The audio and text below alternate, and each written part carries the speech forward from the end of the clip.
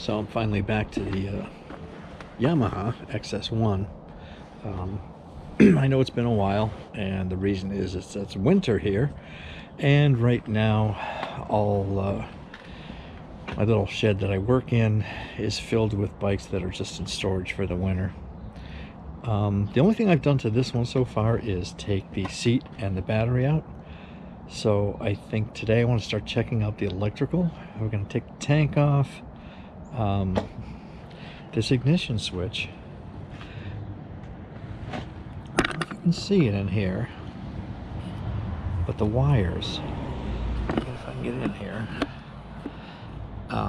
somebody duct taped them and stripped them back pretty good, so I'm not sure what's going on with that. I think I think they were just too lazy to actually take the switch out of the headlight and check it there, or try to jump it there, or do whatever they were going to do. So we'll probably end up taking this out and replacing that switch. I have another switch, and I know I keep saying I have all these other parts, and I'm going to show you why in a second. So this is where my spare parts come from for this bike. I'm just stealing them off this for now, or borrowing them. I'll put them back later. 1972 Yamaha XS2. The major difference between the XS1 and the XS2 is disc brake, and this bike will have an electric start. Okay, back upstairs. Alright, well, taking off the tank should be fairly easy because I don't know if there's any fuel lines hooked up to anything. I'm going to take these side covers off first just to have a good look under there, and we'll see what's going on with that. Okay.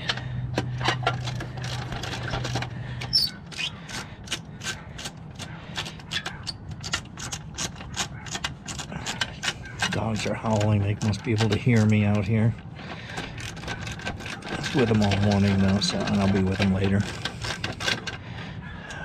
All right. Oh yeah. So these air cleaners are not hooked up to these carbs. See, it's got the original charging system in it. Let's take off the other side.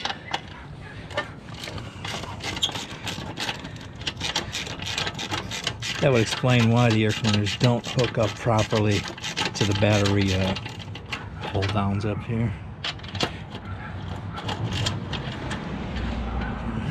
Fun doing this one-handed.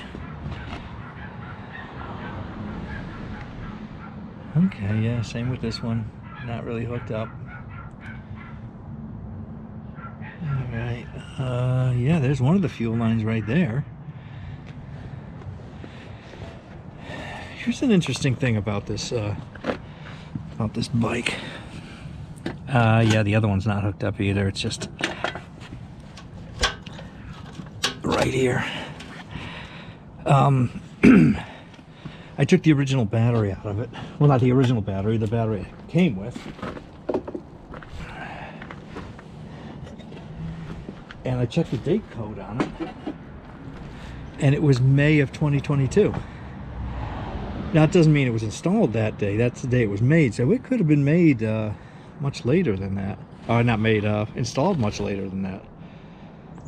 So somebody bought a battery to try to get this thing running not that long ago. And one of a few things happened. They either figured they got in over their head. They found there was something seriously wrong with this bike and gave up. Well, the other thing could have been, you know, the wife. You're gonna kill yourself on that thing. Or maybe they did start a fire, and maybe it did cook. I don't know what happened to this bike. They had the carbs off. All right, let's get that tank off. See if I can do this one-handed. Yeah, that was pretty easy, actually.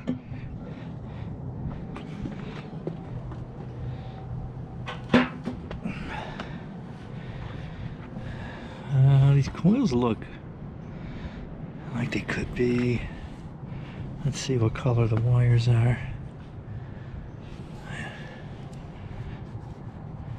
Because usually they had two different colored wires on them. They look the same, so maybe they have been replaced. I've never seen them that weren't, the replacements that weren't black though.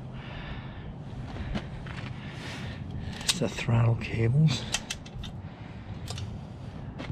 I find that very interesting. Everything is disconnected from that, but everything is here.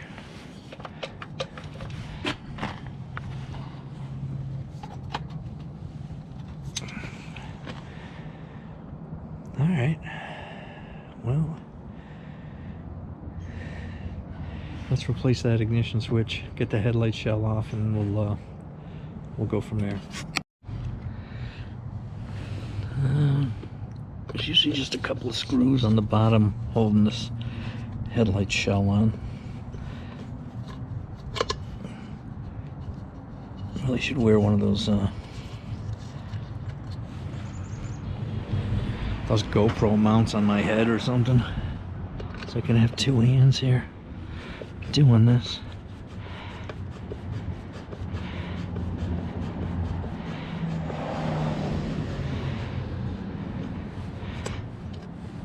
Okay, let's put these aside.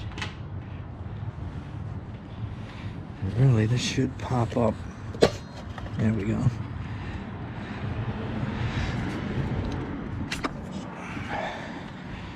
And that's an original style headlight. That's cool. The old Kotos or whatever they call them. Alright, so this is the ignition switch right here. I'm not going to be able to undo this one-handed, so let me put you down for a second. Alright, so we just need to feed the plug out of the back of the shell. Take a couple of screws off.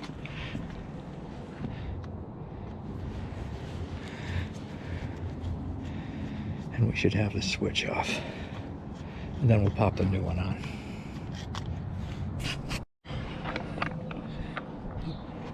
Okay, maybe you can see better now what I'm talking about, the wires here. Yeah, that's the wire out of the sheathing. All of them. Somebody must have stripped them back to test them or something instead of just stabbing them with a test light. But alright, so we'll get the new switch in. And this is an aftermarket switch, so that bushing in there, that metal sleeve, that does not come with the switch when you buy them. So make sure you don't throw that out. You take it out of the old one and put it in the new one. I'm so glad they make these things. Replacement ignition switches for these. So this is like the third ignition switch I've had to buy for the XS1, the XS2, and the XS1B. Yeah, I have to replace the one, the XS2. So it's just putting those two screws in, putting the connector back in, and plugging it back in. And then we're going to install the battery. That is the battery out of the XS1 I have sitting over there. And we're going to check the electrical and see what's going on. Make sure we got power everywhere.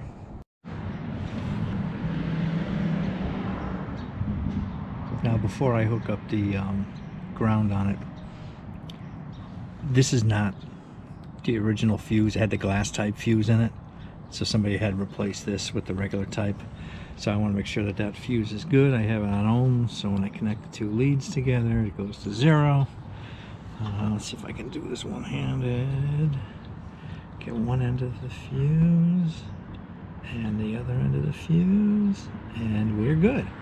Okay, the next thing I want to do before I put the negative on, put this on DC volts.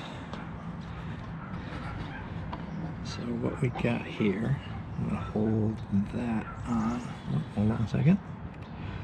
That on there, on the positive on the positive side, negative on the negative. So we have 12.3. We're going to put the positive now on the negative post of the battery, and we're going to touch it to here. And we have a 7-volt draw. That is interesting. Whatever that is going to kill this battery. So something is on. We'll have to figure that out.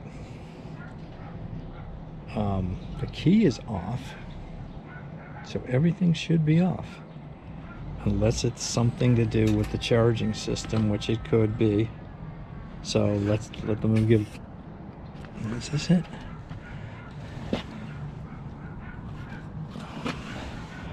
This might be it right here. Let me unplug this. And okay. I unplugged the charging system from the stator and rotor down there. And let's try this again. And yeah, 250 millivolts. Yeah, we're good. All right, we can hook the battery up now. Okay, now with the battery hooked up, this disconnected. Now, that does require power to work. So I don't know if this was connected, if that would constantly drain 7 volts, or if it's just enough to like charge that up. I have no idea about this charging system because I usually replace them with something a little more modern. But I put the headlight back in just with one screw. And turn the key and hopefully nothing fries here. Oh, we have a neutral light. Do we have a tail light?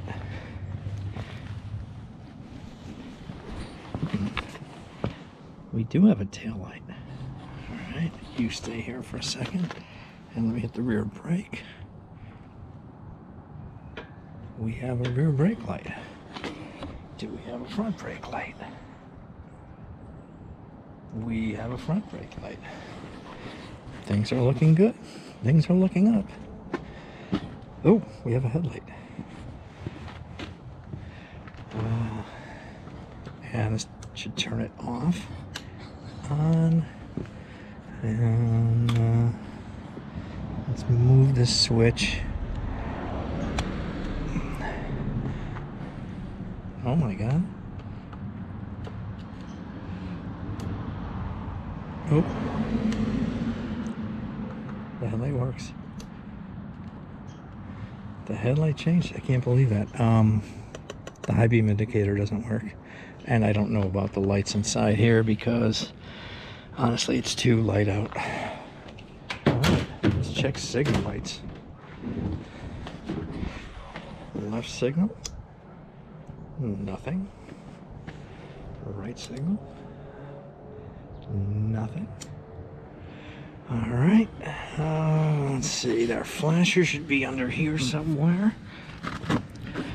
And I already see wires cut off the flasher. I don't know if they installed a different flasher somewhere.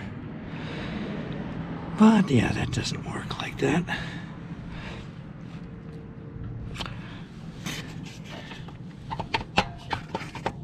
Probably try to take these out and see what's behind it. Alright, let me turn the key off. And we'll try to pop them off. Air filters look pretty good, which is a bonus. I don't have to waste money on those if I decide to use stock carburetors on this. Anyway, let's see what we found. We have one wire and another wire like this. No, that's not good, because one of these wires, this one I believe, is going to be live. So,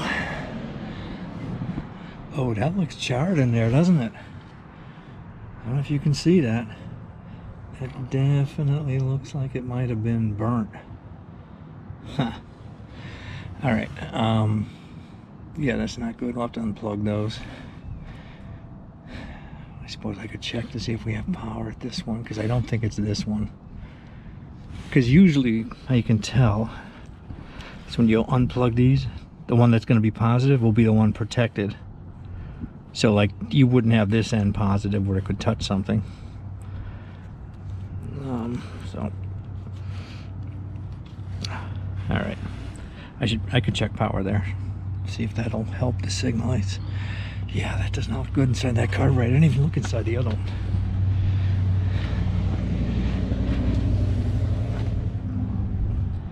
Kind of hard to tell. But yeah, definitely could have been burnt here. New screws under here. I'm guessing somebody rebuilt these carbs. You know what the problem with these is, if you're off just a little on these floats, a lot of times they'll flood, the gas will come out of it. I forget which hole it is, one of these holes. And yeah, if it backfires, you can get a little bit of a pop. Maybe I should take those off while I'm here. Okay, that'll be next. Okay, I took the carbs off. I'm trying to stand one up here. So when you push this up, it should like easily come back up and down. Yeah, this one gets stuck. And that one's not too bad. This one's still stuck. There you go. Alright, but yeah, I don't know, something's going on with these carbs. Next thing is, let's see if these spark plugs will come out. That is my biggest fear on some of these bikes, is that their plugs are seized into the heads. Alright, let me grab a socket. I'll be right back. Oh, damn. This kit, really? I take a 1/2 inch drive to get a spark plug out? Okay. Don't know why this set uses 1/2 inch drive spark plug sockets. Harbor Freight. Oh, okay. That was loose.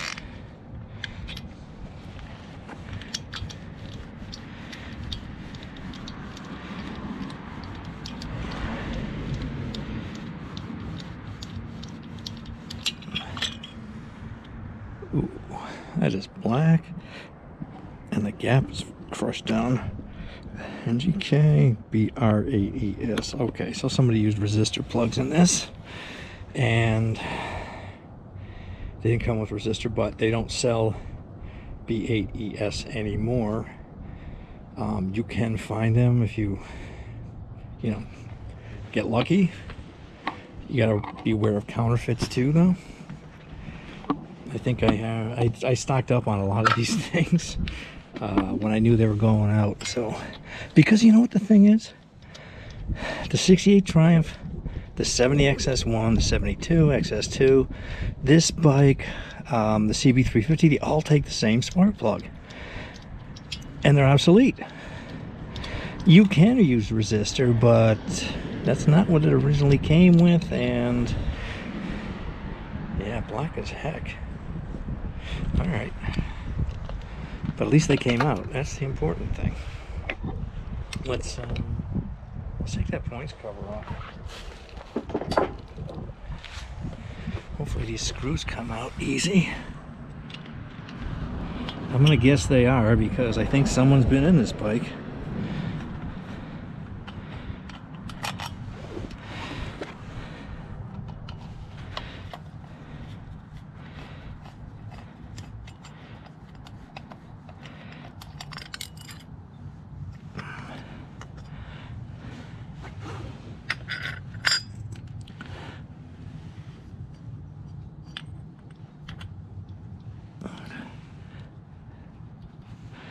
Alright, and let's take the advance side off.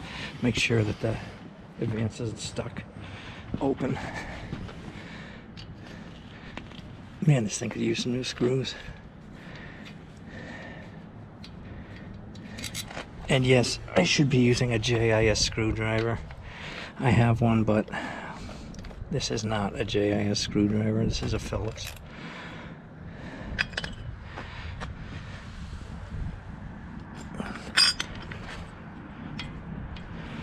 They don't snap back. They're a little slow coming back, but they're not frozen. Somebody may have used a thicker grease on them than what they should have. That's okay. We don't care about that right now, as long as they move. We're off. Turn the key on.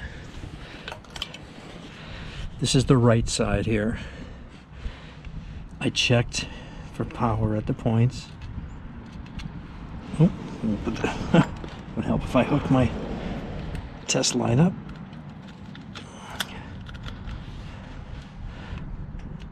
We have power here. This is the right side plug, which is the upper set of points.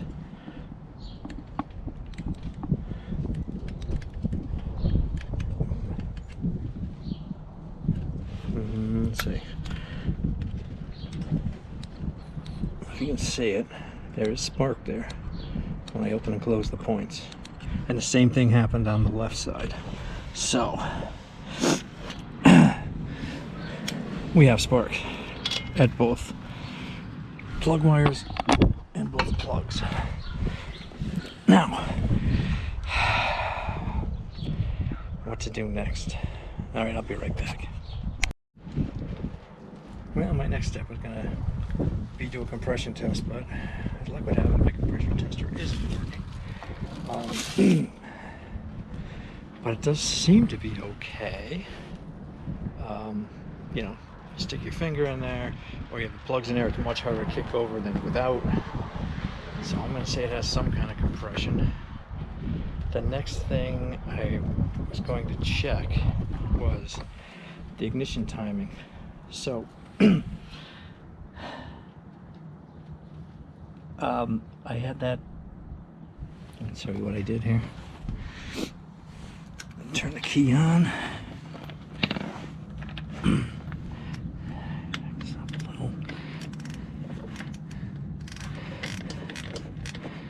Okay.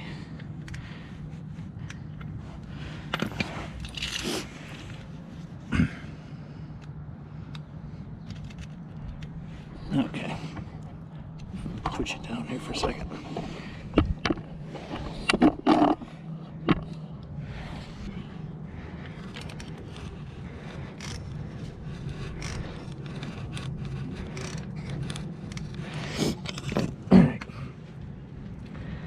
Alright, I got you set up here. So, that's the timing mark.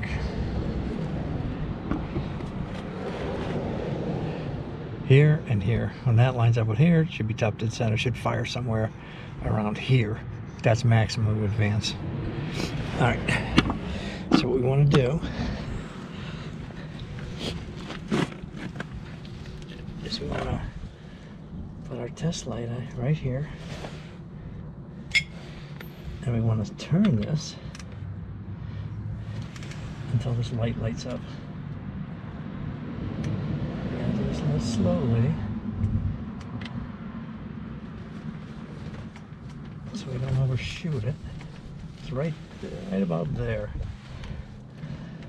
Right about there. Okay. Now if we look at this, it's right on the fire mark.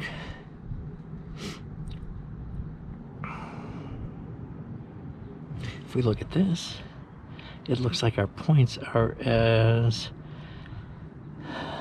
retarded timing as almost as possible. But here's the other thing we have to check.